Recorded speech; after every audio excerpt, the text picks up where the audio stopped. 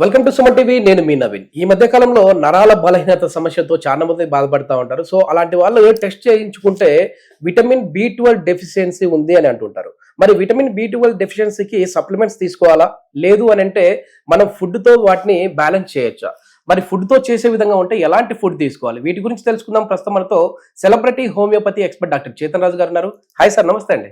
నమస్తే sir. Sir, vitamin B12 ఎక్కడ చూసినా ఇదే వినపడతా ఉంది. నర్వ్ వీక్నెస్ వచ్చిందంటే మీకు ఇదే ప్రాబ్లం ఉంటుంది అని చెప్పేసి అంటుంటారు. సో సప్లిమెంట్ తీసుకునే వాళ్ళు ఉంటారు. ఆ కేటగిరీ కాకుండా మరి తక్కువనే ఉంది మాకు ప్రాబ్లము, మేము ఫుడ్ తో ఎట్లా దీన్ని బ్యాలెన్స్ చేయొచ్చు అంటే ఎట్లాంటి ఫుడ్ తీసుకోవాలండి? B12 డెఫిషియన్సీ మీరు అన్నారు, దానివల్ల నరాల ప్రాబ్లం అవుతుంది అనేసి చాలా మందికి తెలుసు. కానీ ఈ నరాల ప్రాబ్లంకి B12 డెఫిషియన్సీనే ఎందుకు కారణం అవుతుంది ఈ మధ్య, అది మనం మాట్లాడదాం. ఫస్ట్ ఆఫ్ ఆల్ చూసుకుంటే ఇంతకు ముందు B12 డెఫిషియన్సీ ఇంతమందికి లేకుండే. కానీ ఈ మధ్య ఎందుకు పెరుగుతుంది? అదే ఆహారం తింటున్నాం కదా. ఇంతకు ముందు 10 ఏళ్ల ముందు కూడా సాంబార్ రైస్, రసం, పప్పు, అన్నం అదే తింటుండే. ఇప్పుడు కూడా అదే తింటున్నాం.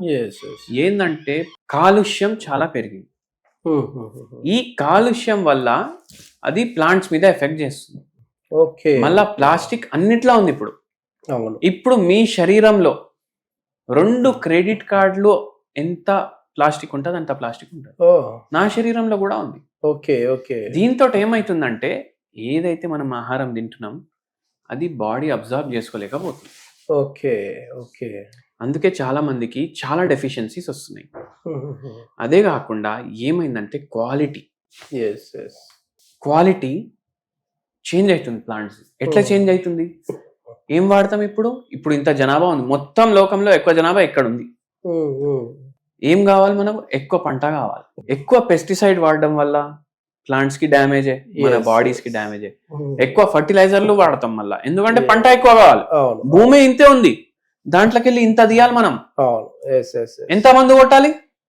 ఆ మందు కూడా మన ఫుడ్ చైన్ లో కలిసిపోతుంది. దాంతో బాడీలు డ్యామేజ్ అవుతాయి. మళ్ళా ఇంకోటి, ఇప్పుడు ఇదైతే మీకు అర్థమైంది. మీకు ఇంకోటి కూడా చెప్తాను. ఇప్పుడు షుగర్ వ్యాధి ఉన్నా, బీపీ వ్యాధి ఉన్నా, లేకపోతే నరాలకు సంబంధించి ఏమైనా వ్యాధి ఉన్నా, బ్రెయిన్ కి సంబంధించి ఏమైనా వ్యాధి ఉన్నా మందులు వేసుకుంటాం కదా, టాబ్లెట్స్. ఆ మందులు వేసుకోవడం వల్ల లాంగ్ రన్ లా విటమిన్ B12 డెఫిషియన్సీ అవుతుంది. అంటే ఎక్కువ మెడిసిన్స్ వాడినా కూడా వస్తాయా సార్ అవి? ఎక్కువ మెడిసిన్ వాడితే కూడా వస్తుంది.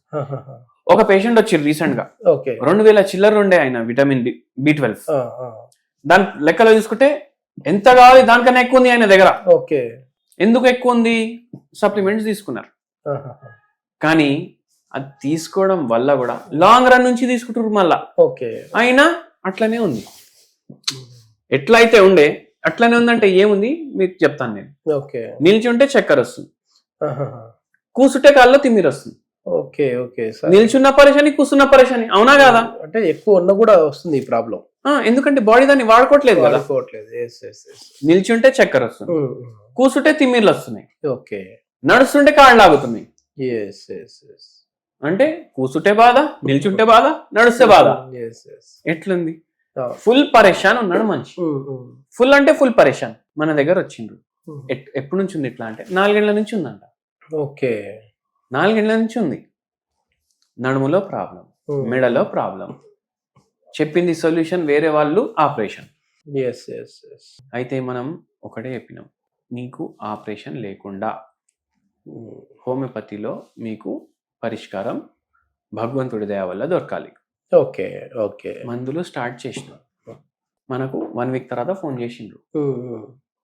1 వీక్ తర్వాత ఫోన్ చేసి, అసలు ఇంత ప్రశాంతంగా నేను లాస్ట్ 3-4 ఇయర్స్ నుంచి లేను. 1 వీక్లోనే? 1 వీక్లో. సూపర్. మరి హోమియోపతి ఏదో చాలా లేట్ ప్రాసెస్, ఇప్పుడు వాడితే మళ్ళీ ఇయర్లు వాడాలంటుంటారు. ఏమో మనకు దాని గురించి తెలియదు. ఎందుకంటే ఎవరైతే చెప్తారు వాళ్ళు హోమియోపతి డాక్టర్లు కాదు, వాళ్ళు హోమియోపతి ఎక్స్పీరియన్స్ చేయలేరు.